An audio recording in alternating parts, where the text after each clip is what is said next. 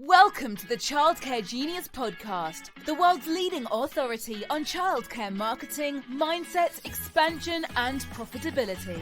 Each episode will feature interviews with the brightest minds in the childcare industry to guide you into becoming a smarter business leader. Our hosts have opened 10 schools while raising 5 children. They are certified business coaches and are the top-selling childcare business book authors of all time.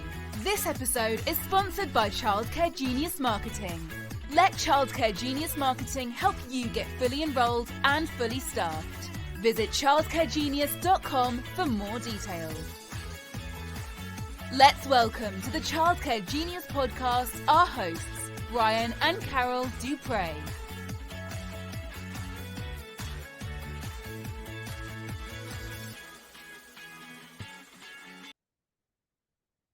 Welcome to the Childcare Genius Podcast. We're your hosts, Brian and Carol Duprey. Thank you so much for tuning in today. And we have an exciting episode with Diane Branco. Diane is a multi-center owner in the state of New Jersey.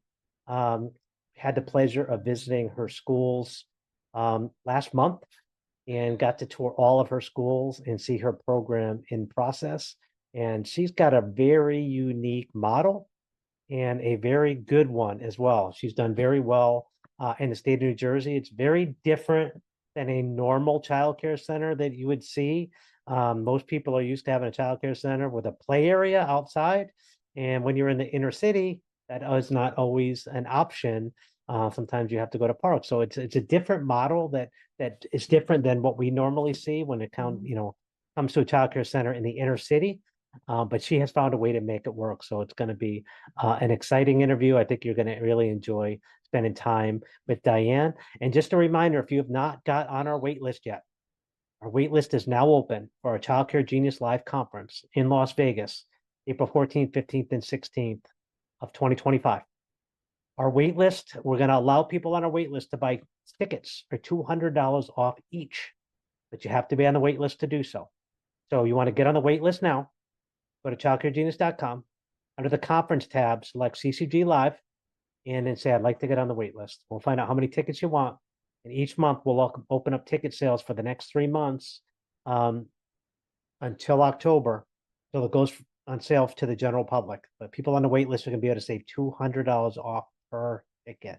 So you're going to want to take advantage of that. So go to there right now and get on that wait list. And so again, let's tune in. Listen carefully. Diane Branco is going to be an amazing speaker. Let's get Diane on the line. Hi, Diane. Welcome to the Childcare Genius Podcast. How are you today? I'm good, Carol. How are you? We're good. Hi, Diane. Good to see you again. Been a whole month since I've seen you. That is true, Brian. How are you doing? Doing really good. For our listeners, me and Michael, my vice president of coaching, we visited Diane, visited all her schools last month in New Jersey. Got an amazing tour of the Jersey area. Got to see the Statue of Liberty. You took us to that little island where we saw in Manhattan, that little spot there, that little park. What was that called? Liberty State Park. Liberty. Oh, that was so cool. Got a great picture of us in front of the Freedom Tower in there. So thank you for that. That was really, really cool. And it was so exciting to see all your schools. I've been to them before, but it was nice going in there and spending a whole day with you. But we have a lot of followers here and, they might not know who you are. So can you tell us more about your background and maybe what your life was like before you got into the childcare business, and how did you get into the business? Sure. So I was in corporate and working in New York City, and eventually I became a mom. So 21 years ago, my daughter was born, and things started to shift for me a little bit. And I decided to think that I wanted to do something different. I didn't know then what I wanted to do, but definitely wanted to shift into something childcare related. So eventually I came across the opportunity, and I just decided to jump head first. That is jumping head first. And I tell you, and here you are, how many years later? So 20 years later? 17 officially. 17 officially. That's fantastic, man. You've done a lot. And how many schools do you have now? So that's up for debate. Depending on who you talk to, I could potentially have 5, based on my opinion, I only have 3. I say 5 because it's 5 separate building locations. Because Diane has a unique situation. She operates on 3 different street corners of a block, which is, to me, it's 3 locations. Because it's, 3 separate operatings and 3 separate licenses and 3 separate operations. And so to me, it's 3 locations. To me, you own 5, but I understand how you could see 3. Yes, to me, that one corner, I always considered it as my initial baby. So it's really, I look at it as one place, but it is officially zoned for, or licensed for 3 actual separate locations. Just pretty darn cool to own pretty much a whole street corner. I think so. I like the idea. You ever thought about getting the 4th? The building's not there, it's an empty lot, but I am Too keeping bad. an eye on it. I wanna name it Diane's Way.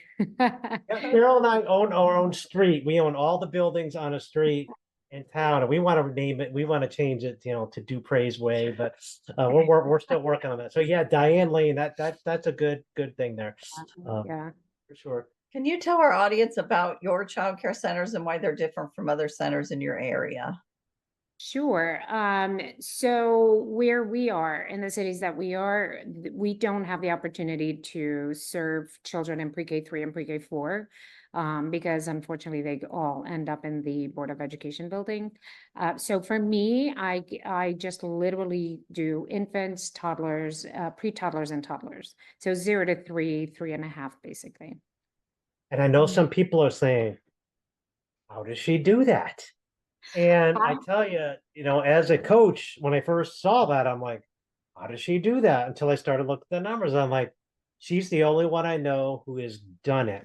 So for all those people out there that are panicking, that you're not being able to make a profit when you lose your 3 and 4-year-old, I can promise you, Diane makes a profit and she does very well. And she's found a way to do this model and very successfully.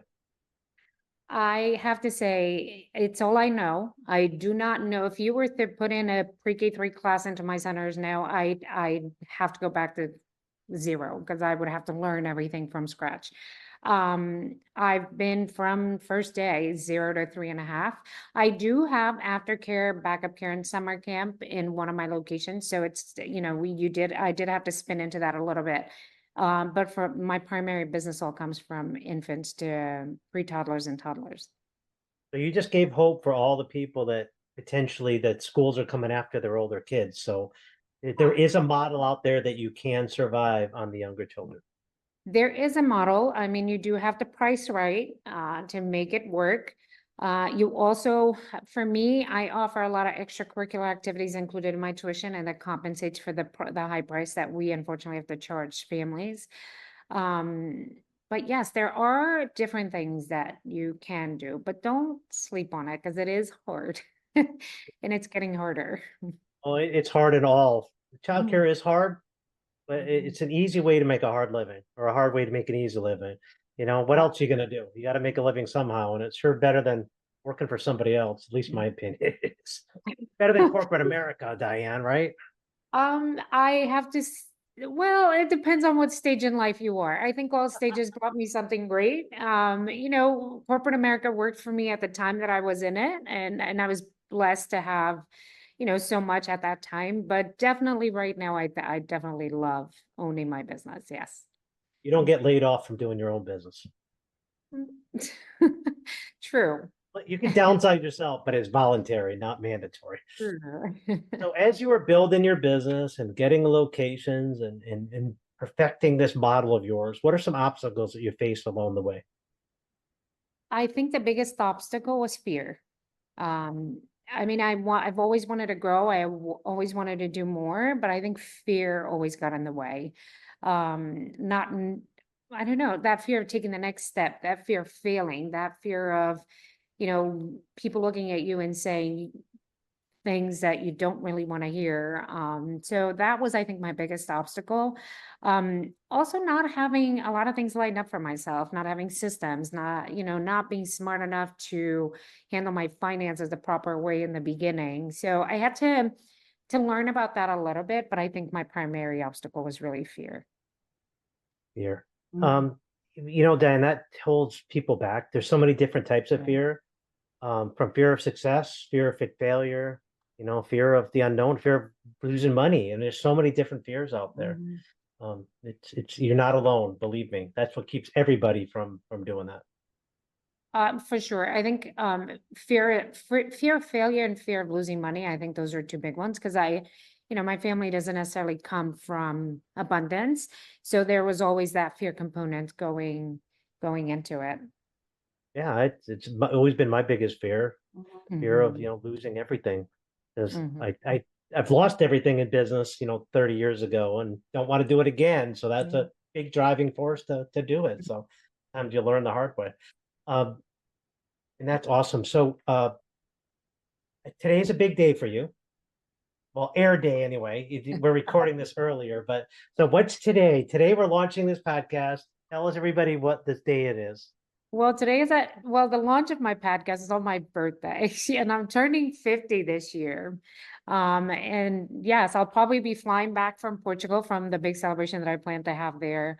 And yeah, so it was a big dream for me to always be on a podcast. So I cannot believe that I'm actually having such a big birthday present. And it's funny how the Lord works because I just happened to pick this day randomly as the air date of your podcast, not knowing it was your birthday. And so Yeah. happy 50th birthday, Diane. And wherever you're Thank flying back right now on this podcast airs, you. safe travels back from Portugal. And Yeah. we ate at an amazing Portuguese restaurant when you and I were together in New Jersey. Um, and I still told Carol how good that fish was. I just absolutely loved it, the sea bass. Um, that was a good experience. Wherever Carol and I go site visit, we always want a different experience. And we want to thank you for giving us that to us. Carol, you have to come down and try it. Oh, I yeah, for will. sure. Next time. Yeah. How has coaching helped you think differently about your business? Oh goodness, coaching. I think coaching made all the difference. It partially eliminated the fear that I have. I think having that support behind and saying, go for it, that made a difference in me jumping into the next level. It's that support that you need when you're feeling lonely. You're just a phone call away all the time. So yeah, I know that whatever I need, I can count on everyone, and I definitely recommend it. I think being at the top is lonely. And when I say being at the top, I don't mean like I'm at the top, but being the top person in your company certainly is lonely. And feeling like you have people that you can call at the drop of a hat and knowing that you're, hitting that panic button, not knowing what to do and getting those ideas are definitely helpful. So that has been probably the best help, the best support that I think coaching has provided me with. Yeah, it's definitely, you're exactly right. It's lonely at the top of your own company, and the challenges and life sometimes get in the way. And sometimes you just need to think things out and talk it out. Mhm. Yeah. And it's hard to do that by yourself. It really is. And sometimes your spouse doesn't understand if they're not involved in the business. And even if they are, sometimes you need a third, an impartial opinion, like a moderator almost sometimes. Correct. And I mean, the support locally doesn't feel as strong, and not so much because of competition, but it is so much because of competition. Because a lot of times when you're reaching out locally, you feel like, they're a little bit nervous about it. And I just, having that, um, even it's just the next state over, having that person to be able to, or even the next town, because, in the coaching group, there's people in New Jersey still. And sometimes I also reach out to them and say, hey, how do you do that? And so just having that is amazing, and it feels amazing. And I tell you, since I've been to your schools, I've been to your schools twice, a couple years in between, but it's easier to coach somebody when you see their program. Like when you're telling me something, I can visualize it because I've seen it for myself, and that changes the whole ball game on coaching. And that's why at our high coaching level, Carol and I visit each school to see things differently and to look for hidden blind spots and make Mhm. suggestions. So we enjoyed touring your schools and see how that model works. And now I can help other people in that same predicament of losing threes and fours. Mhm. I mean, it's definitely rough. I can see where the fear comes in with losing the threes and the fours. I mean, free is free, and it's really rough and tough to go, compete with free. So, definitely changing and looking ahead and thinking of different ways to improve it. That's helped me in a lot of ways. But again, it was through the coaching program, by hearing everybody speak. Not one person specifically has given me all the ideas. I think I take a little bit from everyone and then I think through it and I figure out how to all these ideas apply to, my center and how can I make it better. So it's definitely been great being in coaching and getting the help from everyone that's been there, done it, experienced it. So thank you for that. Well, I love coaching you, that's for sure. You're a good student for sure. And a good helper. You'll help other people as well. So where do you see your business 3 years from now? What are some of your longer term goals? So my longer term goal is actually owning 10 altogether. So yeah, so my goal is to retire when hopefully I'm 67, but I'm not sure about the retirement word being necessarily for me. I should probably say more, my goal is to find a parallel that will keep me going through the rest of my life. Of course, less involved, but yeah, ultimately 10 centers and of which 5 would be for my directors more so than for me, and the other 5 will be for my family at retirement. I'm still working through the, the nitty-gritty of how that would work out, not necessarily giving them away also, but we'll working through that still. Nice. That's excellent. And I love helping you build the dynasty. And that's a great goal, Diane. Really good goal. Yes. You You attended our CCG Live conference in Las Vegas this year. What did you get out of that conference? Connection, a lot of support from people. I think what I loved about your conference specifically, it's more so that it was a smaller conference, so it kind of gave us more connection in general. I did come out of there with knowing more people, getting better ideas. And again, it's just that connection that we feel and being able to connect more people. To me, that's always the most important part of the conferences. Yeah, sometimes the bigger conference you go to, the less connections you have. You would think it'd be the other way around. Sometimes it gets so big that you just don't feel like you could talk to anybody. Whereas if it's small, you feel like you could talk to anybody and everybody. So I hear what you're saying for sure. For sure. I mean, I build my business on connection. That's what I'm known for, connection, community. That's always been very important. I mean, even when I first became a mom, I've always felt like this is what I wanted to do, was know who my children were hanging out with, the classroom. So it's always been very important to me that. So I feel like when you go to a smaller conference, that happens to me more because, first of all, I'm shy to begin with. I'm not a big big stage person. And so having such a small environment and making that connection is always more important to me. So what would you say has been the biggest challenge for you since coming out of COVID? The biggest challenge for me has definitely been staff culture. Not so much hiring, right? Because I'm lucky enough to be in an area where, we've always had enough staff come through. Is more so the staff, maintaining the staff culture that I would like to have. That's been the biggest challenge.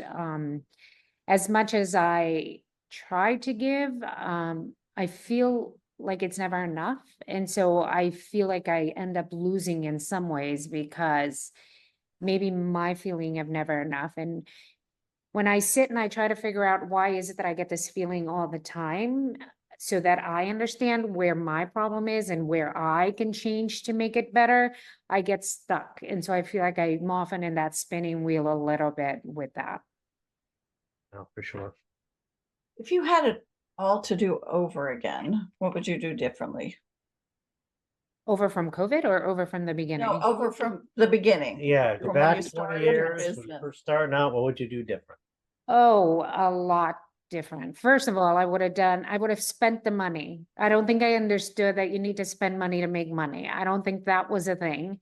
So I would have spent money. I would have put systems from the beginning in the right place. I would have hired my coach a lot earlier than I did. Oh, so many things I would have done differently. I think I learned the hard way. I mean, I am a Leo and a middle child, so, you know, I have all those obstacles against me.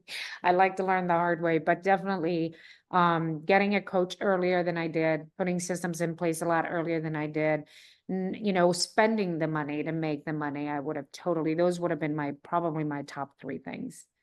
So if you're listening to this and you're new into business, please listen carefully when these people say that you really need to invest in your business, and it's not an expense and it's an investment, and it'll pay dividends long term. So well, good. Diane, I know you've helped somebody here today. You've inspired people. You inspire me.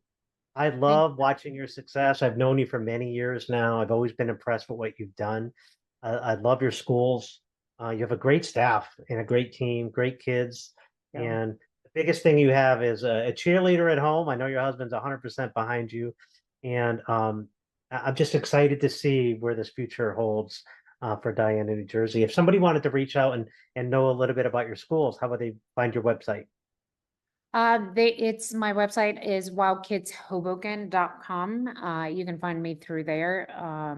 That email comes directly to the main inbox, and it gets forwarded directly to my own email, so we can contact from there directly. Awesome. Somebody might want to check you out, learn a little bit about you. So thank you, Diane, for taking time out of your busy life to join us. Enjoy the Jersey Shore. Have a great trip in Portugal. And once again, happy birthday. And we'll talk to you, and I'll see you real soon. Thank you so much, Brian and Carol. I really appreciate the opportunity. Take care. Bye-bye. Boy, she's really doing good things in New Jersey. Yeah. And it was cool when we were at her school. She took us on the Jersey side by the river there, the Hudson River, and we were able to look at the whole Manhattan skyline. You know, not the World Trade Center, the Freedom Tower, see all the buildings in Manhattan. It was a really cool sight to see. They had a statue there that was part of the World Trade Center there right at that spot. She took us where we went to a park and we were seeing the backside of the Statue of Liberty. So, you know, Michael and I went to visit this school, and Michael had never been to New York City area before. So he was kind of impressed, and we enjoyed it. So she was a great host. We enjoyed hanging out with her for an entire day, evaluating her school. If we can help out your program in any way, if you're a center owner and you are struggling and you've never done a call with me, I'd be happy to give you a free coaching call.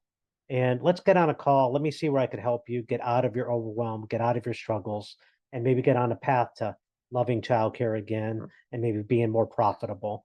Just go to childcaregenius.com and under the coaching tab, select that, like a free coaching call, and I'd be happy to bless you with some time spent and maybe put you on a path to more profitability or maybe more fun.